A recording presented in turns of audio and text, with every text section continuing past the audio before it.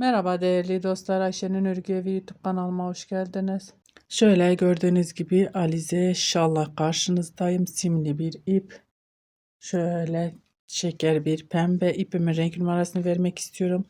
Almak isteyen arkadaşlarımız olursa 191 numara ipimin renk numarası hanımlar. 4 numara kullanıyorum, 1.60 milim. Şimdi model anlatımı yapmayacağım. Daha önce modeli anlattığım bir modelin pratik bir şekilde kol ve yaka kesimini nasıl yapabilirsiniz? Beni bekleyen arkadaşlarımız varmış. Yeleğe başlamışlar ve kol yaka kesimini istiyorlar. Onun için onu sizinle paylaşmak istedim. Şöyle kendi tasarımım olan bir model. Ona geçmeden önce kanalıma ilk kez geliyorsanız ve hala abone değilseniz ücretsiz bir şekilde abone olup zil işaretini bütününe getirirseniz bundan sonra paylaşacağım videolarımdan anında haberdar olursunuz. Videolarımı beğenmeyi, küçük de olsa bir yorum yapmayı da unutmayın lütfen. Verdiğim emeklerin karşılığını alabilmem içindir hanımlar. Şöyle küçük bir parçada model anlatımı yapmıştım. Şöyle yine küçük bir şekilde sizinle paylaşacağım. Pratik bir şekilde nasıl yapabilirsiniz kol ve yaka kesimini onu anlatacağım size hanımlar. Şöyle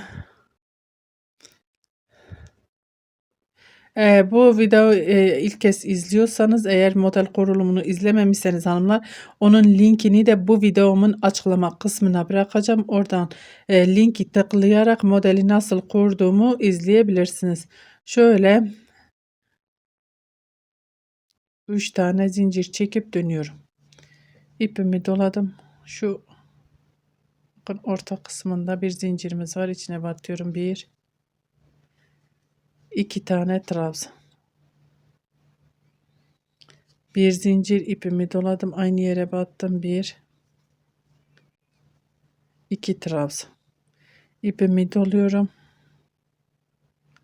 Şuradaki boşluğa batıyorum hanımlar. 1 2 3 şöyle 2 seferde kapatıyorum. İpimi doladım. Diğer modele geçtim. Şimdi hanımlar ben bunu şöyle bir kol altı kesimi yapmak istiyorum. Bu şekilde buraya gelince geri döneceğim. Bunu bu şekilde kol altı kesimi yapmak istiyorum. Herhangi bir trabzanla değil, bu şekilde bitirmek istiyorum. Onun için şöyle 2 tane zincir çektim. İpimi doladım. Şuradaki boşluğa giriyorum. 1 2 3 anlar. Pardon. Bir zincir ipimi doladım. 2 trabzan yapmışım. 4 değil. 2 tane trabzan. Kolu nasıl keseceğimi anlatınca orayı kaçırdım. İpimi doladım. Boşluğa batıyorum. 1 2 3 şöyle kapatıyorum.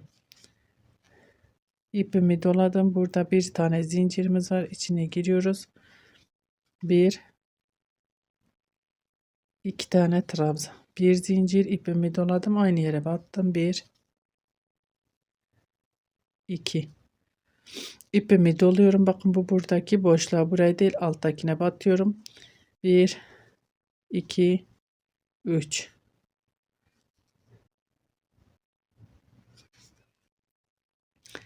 Şöyle iki modelimizi kol altı yapacağız hanımlar. Dönüşte şuradan geri döneceğim. Ben bu şekilde yapmak istedim. Siz isterseniz trabzan yapmak isterseniz trabzan olarak da oraya yapabilirsiniz. Ben bu şekil yapacağım kol altı kesimimi.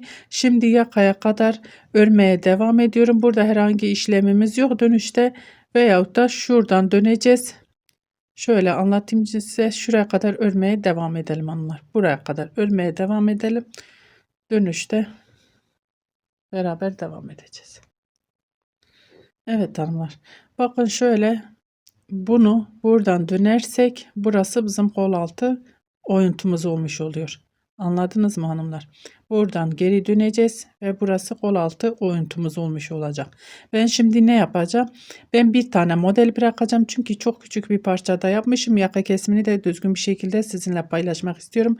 Onun için şöyle kol altına Hanımlar, bu sadece pratik bir şekilde nasıl kesersiniz onu anlatıyorum. Bir tane kol altı olmaz. İki tane de, yani zayıf biri olursa, iki tane de arkadan gelirse sırt bölümünden 4 model olmuş olur. Bilmiyorum, yani o da biraz kasabilir. Yani en azından şöyle 3 tane, 3 model bir kol altı kesinti yapın bence. Daha rahat giyen kişi daha rahat hareket eder. O şekilde ben bir tane şimdi bırakacağım. Sadece pratik bir şekilde nasıl keserseniz onu anlatmaya çalışıyorum. Bir zincir, iki trabzan, boşluğa batıyorum. Bir, iki, üç. Hepsini bir şöyle kapattım. İpimi doluyorum. Şuraya batıyorum. Bir tane kenar trabzanı. Buradan döneceğim. Burası bizim kol altı oyuntumuz olacak hanımlar. 1, 2, 3 zincir ve dönüyorum. Şimdi yakayı burada keseceğimiz için yakamız daha düzgün, daha anlaşılır şekilde göstermek için, yani bir tane yaptım ben kol altı. Siz şöyle en azından 3 tane yapın hanımlar. Arkada da kesinti olduğu için öyle şöyle 6 tane model kol altı oyuntumuz olmuş oluyor. 2 ipimi doladım. Bakın buradaki boşluğa giriyorum. 1, 2, 3. Şöyle bir kapattım. Burada kol altı kesintimizi yapmış olduk. Şimdi yakaya kadar örmeye devam edeyim. Yaka kesintimizi beraber başlayacağız. Hanımlar, dediğim gibi bu kadar değil. Şöyle en azından 3 tane kol altı kesintisi yapın. Buradan dönün. Evet hanımlar, şöyle yaka kısmına geldim. Şöyle ben bugün zikzaklı bir yaka, bu modele o zikzaklı yaka yakışacağını düşünüyorum. Ve öyle bir yaka kesimi yapacağım. Şöyle bakın, bir,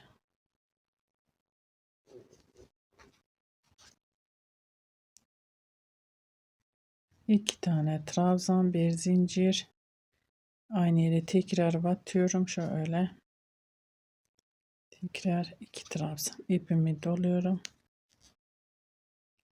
Şu boşluğa batıyorum.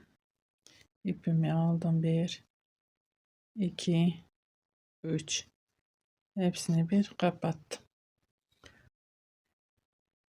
Şöyle ipimi doluyorum. Şuradaki boşluğa batıyorum hanımlar. Şöyle bir trabzan, bir zincir çekiyorum ve dönüyorum hanımlar, bir zincirle. Bakın şuradaki trabzanların tepesine batıyorum. Sık iğne gidiyorum. Yaka kesimini uyguluyorum hanımlar. Şöyle zikzaklı bir yaka kesimi yapıyoruz. Şöyle battım.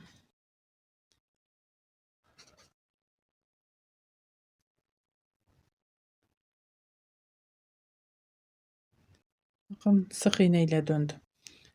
1, 2, 3 zincir, ipimi doluyorum. Zincirimin içine batıyorum. Modelimi uyguluyorum. 1, 2 trabzan, bir zincir, aynı yere batıyorum. 1,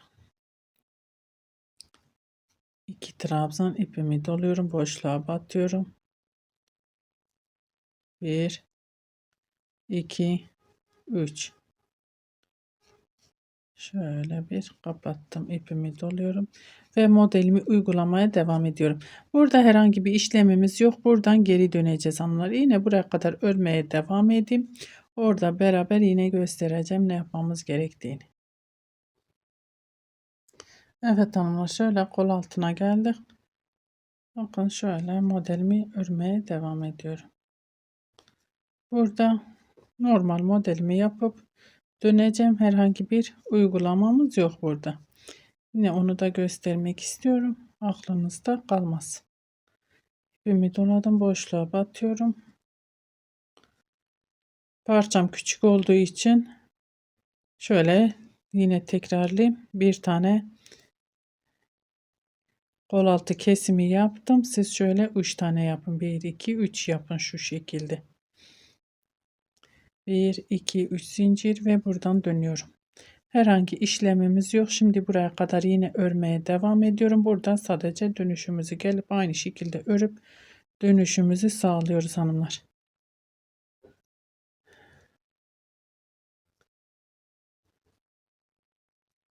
İpimi doladım. Bakın şu boşluğa batıyorum.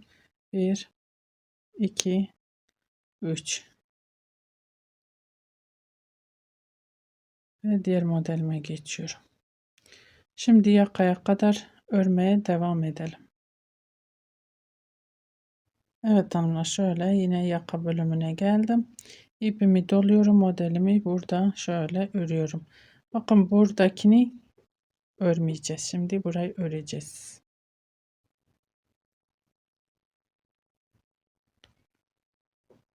Bir,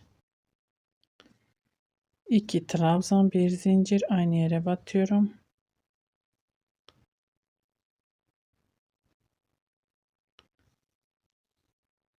Hayır hanımlar, burayı örmüyoruz. Pardon. Burayı da örmüyoruz. Şöyle zaten zincirimizi yaptığımızda şöyle zikzaklı olduğu için şöyle örmüyorum. İpimi doluyorum. Buradaki boşluğa batıyorum. Şöyle bir kenar trabzanı.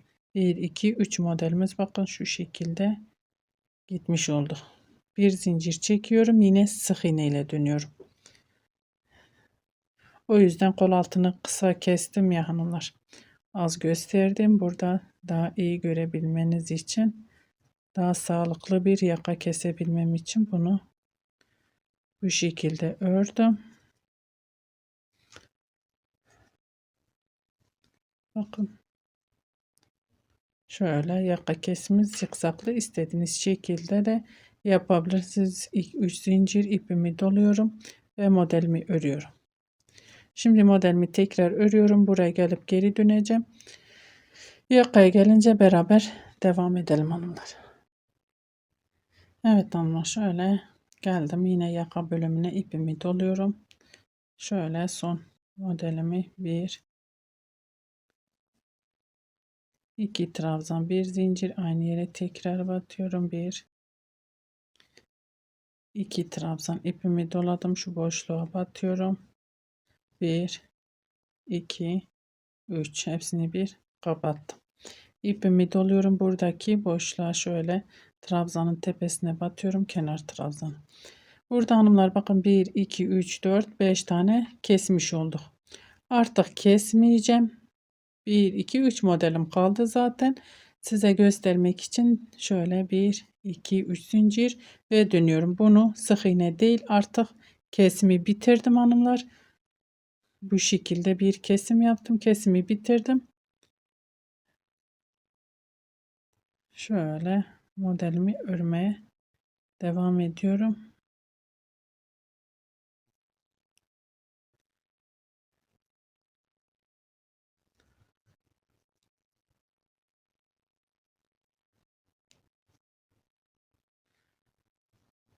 Yeleğinizi bitirdikten sonra hanımlar 1, 2, 3, isterseniz şöyle burada bir zincirle etrafını çevirirsiniz veya da hiç zincir çekmeden zaten şuradan başlayarak sık iğne ile istediğiniz oyayla da şunları bu şekilde süsleyip geçebilirsiniz. Süslemesi, kenar süslemesi kesinlikle zevkinize kalmış bir şey. İsterseniz oya yaparsınız, isterseniz sadece sık iğne ile etrafını çevirirsiniz. Daha sade bir şey istiyorsanız o şekil yaparsınız. 1, 2, 3 hanımlar.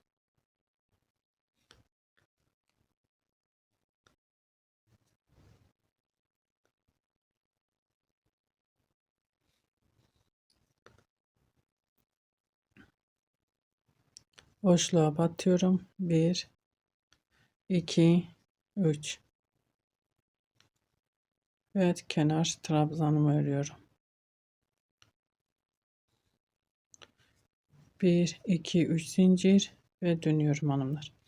Şöyle gördüğünüz gibi yakayı şöyle zikzaklı bir şekilde bir yaka kesimi yaptık hanımlar. Artık kesim yapmayacağım. Bunu düz öreceğim. Şöyle bu sırayı da öreyim. Çok kolay olduğu için hızlı ilerlediğimiz için beraber örebiliriz hanımlar. Bakın şu boşluğa batıyoruz. 1 2 3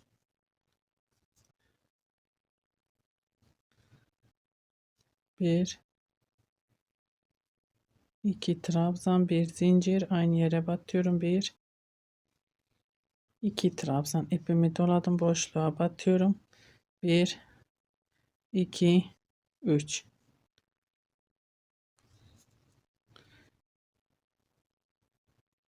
1 2 bir zincir, aynı yere batıyorum. 1 2 şu ara boşluğa batıyorum. 1 2 3 hepsini bir kapattım, ipimi doladım ve şöyle zincirime batıyorum, kenar trabzanımı örüyorum. Bunu da artık bu şekilde devam edeceğiz hanımlar.